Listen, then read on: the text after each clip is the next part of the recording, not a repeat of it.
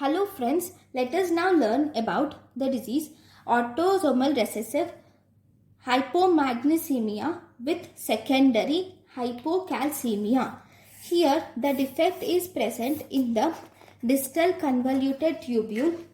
Here the main defect is in the channel which is present in the luminal side, which is called as transepithelial magnesium, which is involved in transepithelial magnesium transport, called as TRPM6 channel.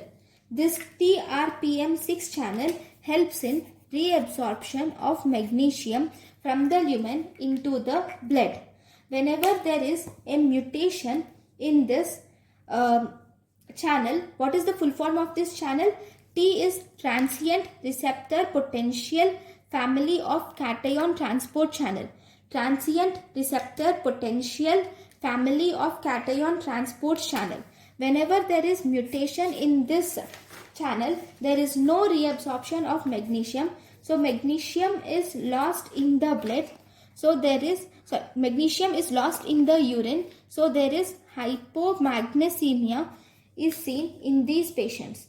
In these patients, along with hypomagnesemia, there is also secondary impairment of parathyroid glands. Because of secondary impairment of parathyroid glands, this will result in decreased calcium absorption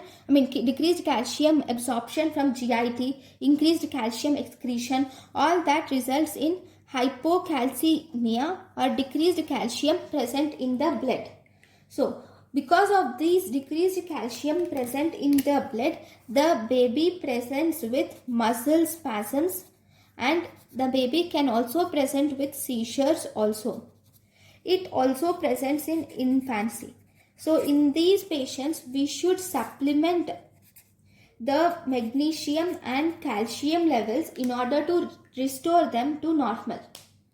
So this is about autosomal recessive hypomagnesemia with hypocalcemia.